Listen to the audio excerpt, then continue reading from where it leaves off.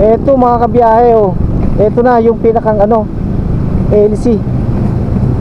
Kaya lang naputol na yung kalahati. Yun yung siguro nandun, hinati na siguro, no? Eto yung pinakang LC ng ano, ng windmill. Ito ang aking kwento. Makakapanood kayo ng masasaya, nagluluto, namamalengke, naggagala, nagro-road trip kung saan-saan. At ang pangarap ko, mabigyang saya ang aking pamilya at ang aking mga manonood. Kaya tara na mga kabiyahe. Panibagong araw, panibagong vlog na naman tayo mga kabiyahe. At ngayon ay pupunta tayo ng Paite dahil meron tayong i-meet up na isang kaibigan. Gawa ng kung mapapansin nyo, yung aking top box kasi ay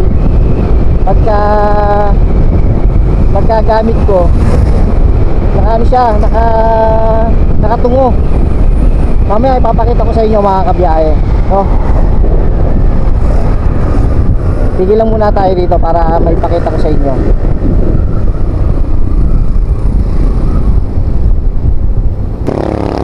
So ito mga kabiyahe, bali nandito tayo ngayon sa Pagsawitan. At papunta nga tayo ng ano, ng Paite. Dahil meron tayong kailangang i-meet up. Diba, kung makikita nyo, yung aking top box ay ayan, nakaganyan siya, nakatungo, no? Nakatagilid. So papalitan natin to, tong kanyang grab bar. At yun, may gusto makipag-swap na straight swap dun sa stock natin na grab bar. At dala natin yung ating stock. So ito yung ating stock. Ito yung stock natin na grab bar. At nakikipag-swap siya ng yung isang bracket nitong NMAX version 2 na para hindi na siya nakatagilid na ganyan mga kabiyahe, no? Diretso vlog na rin tayo dahil ngayon ibinibiyahe yung isa sa mga LC ng windmill na itinatayo dito sa Paite mga kabiyahe. So sana abutan natin, nasa may bandang Kalayaan. At ang balita ko ay sobrang traffic na sa bayan ng Kalayaan kasi nga hindi magkasya yung LC sa sobrang haba ng LC, hindi magkasya dun sa dadaanan papuntang Paite mga kabiyahe. Nandito na tayo sa ano, sa Binyan Pagsanghan.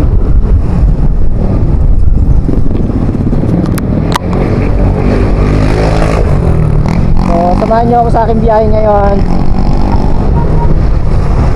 papunta ng Paite. Dapat sa Siniluan kami magkikita. So bahala na kung saan kami pwedeng mag-meet up. Gawa ng babaklasin pa rin naman yung kanyang grab bar.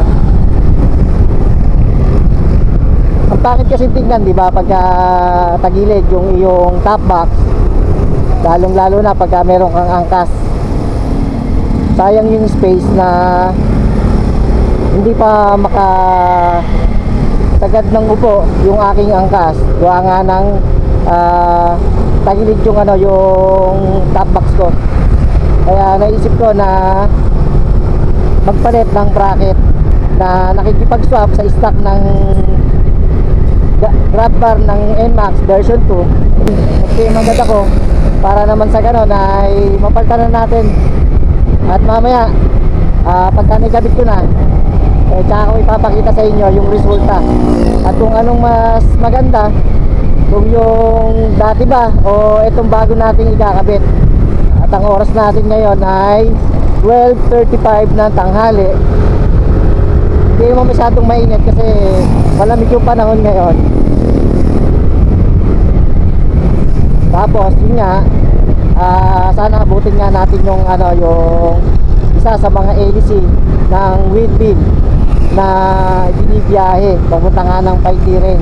Kasi doon itatayo sa Paite. sa taas yung papuntang Tatlong Cruz. So subukan din natin makapunta ron at matignan kung ano na bang itsura nung ginagawa ng windmill dito sa bayan ng Paike, no?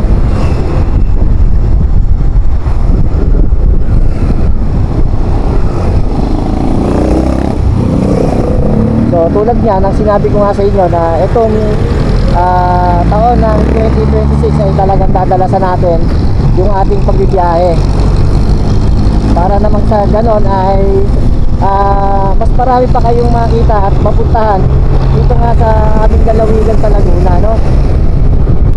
Papasok na tayo ng Pagsanghan.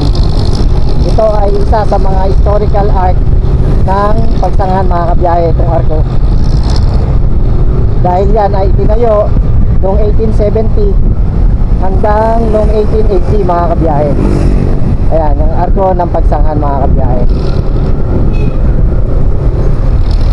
Tapos kung makikita nyo dito sa pagpasok nga natin ng arko at nandito na tayo sa bayan ng Pagsanghan, ay talagang marami pang mga historical house na nakatayo, na yung iba ay ginawa ng restaurant,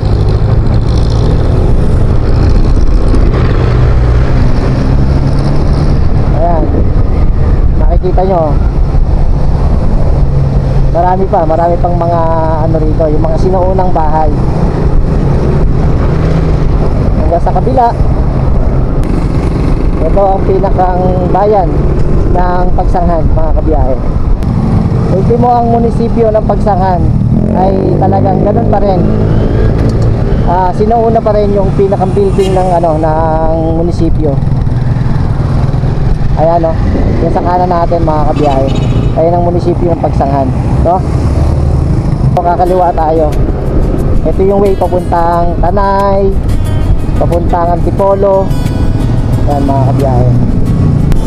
Hindi ko alam kung makakasunod ako sa mga kasamahan ko, kasi yung mga kasamahan ko sa Motor World ay nagpaplano sila na umakyat ng Kaliraya ngayon at yun daw sila magla-lunch.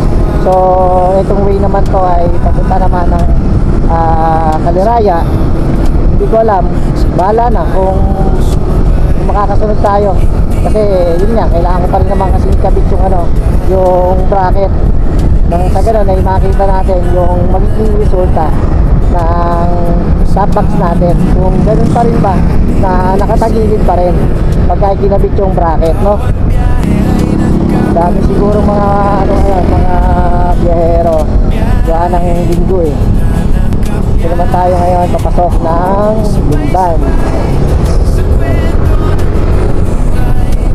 Lumban, Laguna. 1518 to 1998, ayan, tinayo yung Lumban. At ang Lumban naman ay kilala sa paggawa ng parong, ng mga coat.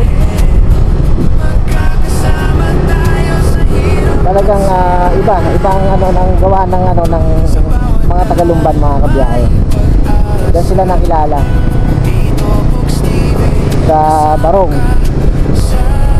So tingnan natin kung gaano talaga kahaba yung edisi ng windmill, kasi nung galing tayo ng Pinilla dun nga sa windmill farm ay talagang napakalaki, pero yun naman ay nasa taas na, kaya hindi natin masyadong maano kung gaano siya kahaba at kung gaano siya kalaki.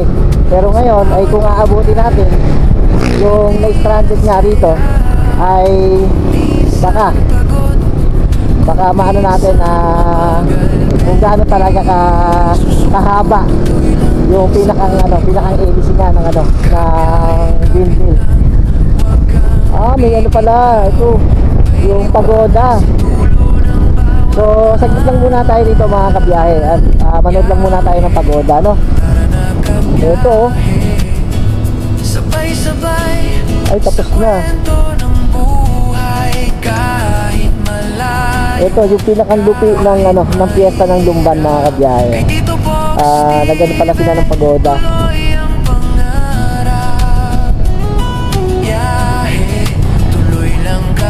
Inabot tayo ng ulan, mga kabiyahe, no? At ayun, no, sayang hindi natin inabot yung ng pagoda dito sa sa Lumban. So hanap lang muna tayo ng sisilungan. Alright. So let's go na. Nako, ito. Tayo ng basaan. Abutin tayo ng basaan mga kabiyahe.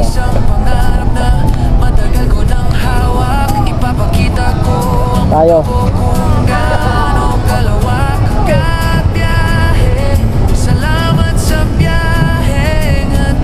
Naulan na, kaya lang gawa nga ng gawa ng magkakaroon kasi ng basaan. Ay ang problema natin yung camera natin.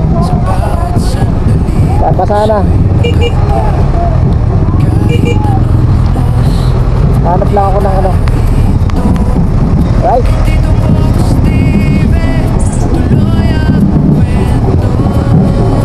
Viva San Sebastian. Ito mga biyahe. Basaan yun dito ngayon sa Lumban. Sayang. Buti hindi tayo inaabot ng basaan. So siguro naman hindi naman lalakas ng malakas yung ulan at yung hawa naman ng langit. Buti na nakalampas tayo sa basaan. Pinagkataon, basta si Tito Pog. Yari, aray ko. Uwi tayo ng basta.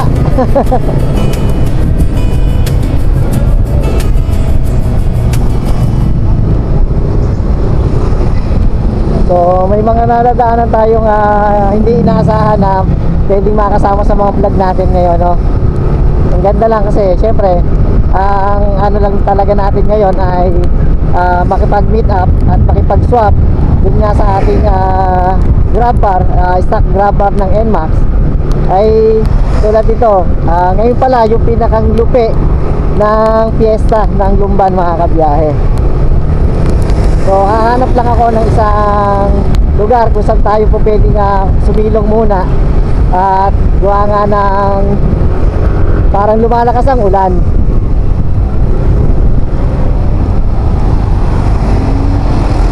Ay okay lang, diretso tayo mga kabiyahe, no?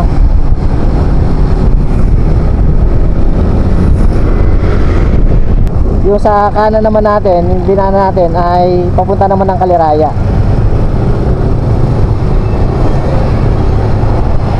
Bukas na ulit ang mga ang mga progresan dito sa sa papuntang Paikpe. So tingnan natin kung makakaano tayo ng mamaya ng prutas. Sana abutin natin yung LEC para talagang personal kong makita kung gaano kahaba talaga yung LEC.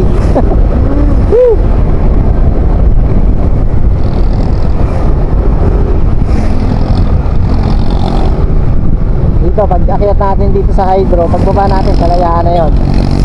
Sana nandun pa. Kasi nakita ko sa Facebook kanina may post yun ngang stranded dito sa dyan sa kaliwa. Ayan, dyan nilalabas yung mga pyesa na gagamitin para nga sa windmill. Gawa ng dito sa baba niyan ay naglagay ng isang medyo maliit na pantalan para sa ganon ay doon hindi nadaan yung mga pwedeng gamitin para sa windmill.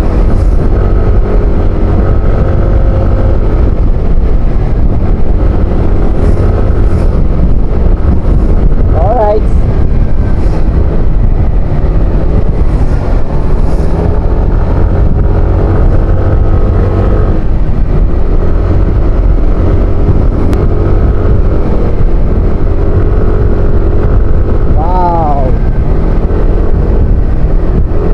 Talagang mag-rides.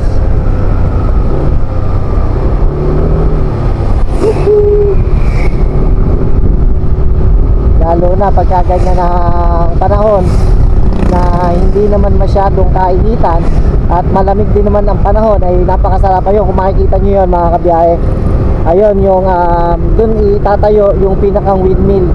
Kung nakita nyo yan, sa tuktok ng bundok ng Paite ay may part na kalbo, ay doon itatayo yung pinakang windmill, no? Ay mukhang wala na mga kabiyahe, kasi ano na to eh, oh. Wala nang traffic dito eh. Yung sa nakita ko kasi sa post ay dito sa part na to na stranded yung ano, yung pinakang nagdadala nung ano, yung LC. So wala na nga mga kabiyahe, no? Hindi natin inabot, sayang. Sayang hindi natin inabot yung LC ng ano, ng windmill, no? Ayun, no, yung sa tuktok no, no? Ayun, doon dinadala yung ano, mga pyesa ng ano, ng windmill. At doon itatayo yung pinakang windmill. Kaya yung mga gustong pumunta sa windmill farm dyan sa Tanay, sa Pinilla, ay meron na po dito. Pagka natapos yung windmill dito sa Paite ay malapit-lapit na sa atin. Ayun, dami natin na sa lubong na mga nagra-rides din, no? Kasi gawa nga ng linggo eh. Baka mga papunta yan ng ano, ng Kaliraya. Pero siguro kung tayo pumasok doon sa loob ng ano, ng bayan ng Lumban, ay palagay ko hindi tayo pwedeng lalabas nang hindi tayo basa doon. Kasi basahan yun eh. Ayan, dyan sa, di ba, Sea Oil, dyan sa kanan, yan yung papunta doon sa papuntang windmill na tinatayo nga dyan sa loob mga kabiyahe.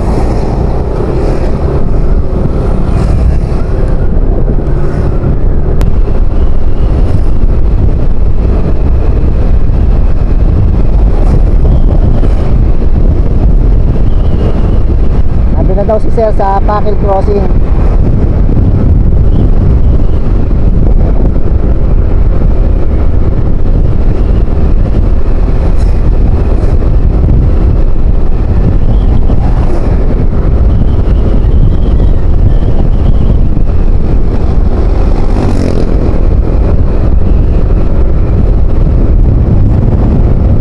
Sarado yung ano, yung daan papasok ng loob ng Paite. Yan ang Laguna de Bay. Ayan, dyan sa kaliwa natin mga kabiyahe. Yan.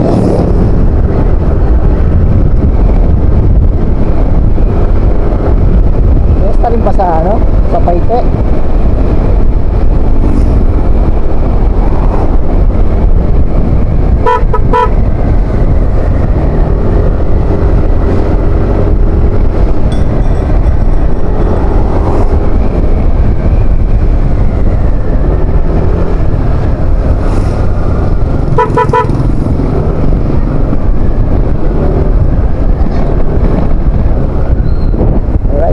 Fiesta nga ng ano, fiesta nga ng Paite, kaya pala sarado. Malamang basahan din to. Malamang yun.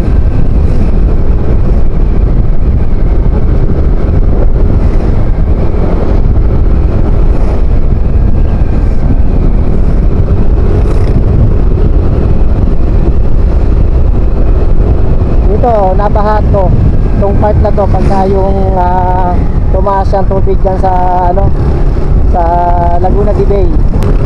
Kasi pagka nagkaroon ng bagyo at sunod na ulanan, pag tumaas yung tubig dito sa dagat ng Laguna, ay yung part na yon ay talagang ano, baha. Kaya hindi nakakadaan ng mga sasakyan, yung mga maliliit na sasakyan dito sa highway ng ano, ng Paite. At doon sila sa loob ng Paite dumadaan, no?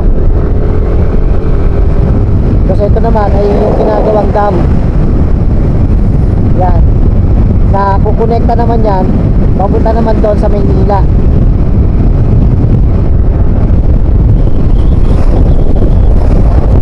Ang hangin, grabe. Nagdadala ako ah. At sa kanan naman natin, ayan yung kabundukan ng Paite, tayo yung windmill.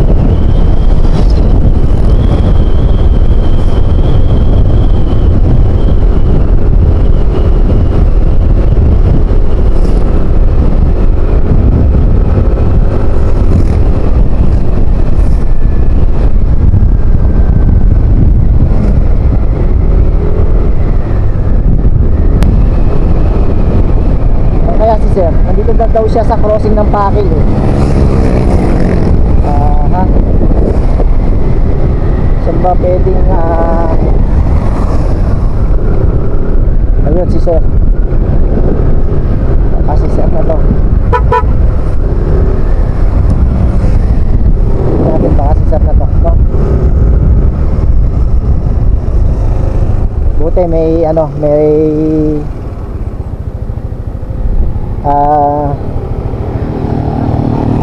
nasisilungan doon.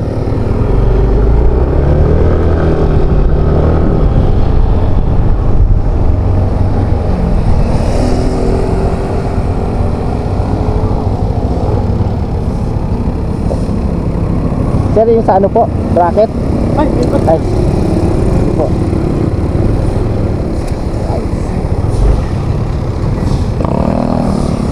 Alright, so ayun, nandito na tayo mga kabiyahe, no?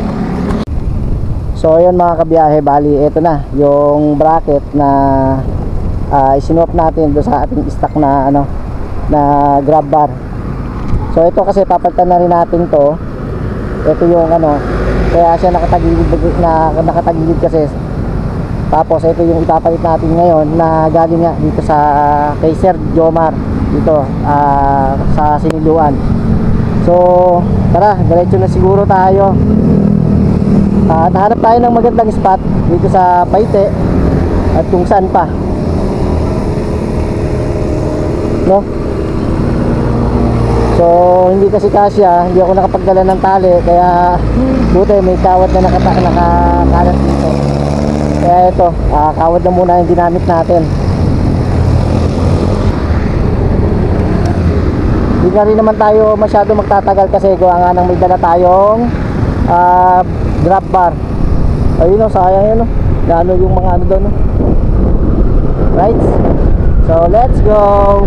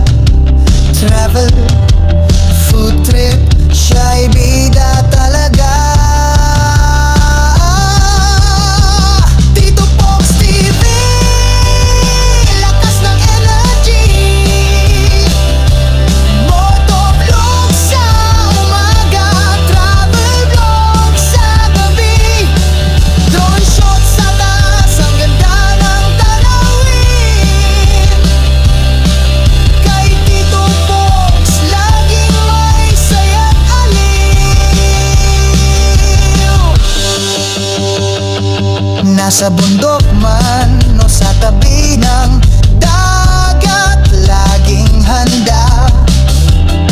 Walang oras na sayang. Full trip galore, kahit anong ulam, kasama ang motor, siya'y laging handang laban. Tito Box TV, lakas ng energy. Motovlog sa umaga, travel vlog sa Ito mga kabiyahe Ayan. Ayan yung pinaka-edit Ang haba Grabe. Tito Box, laging may saya't Tingnan nyo kung gaano kahaba itong editing ng ng windmill. Tapos yung kalahati yung nakita natin doon sa taas. No? Right?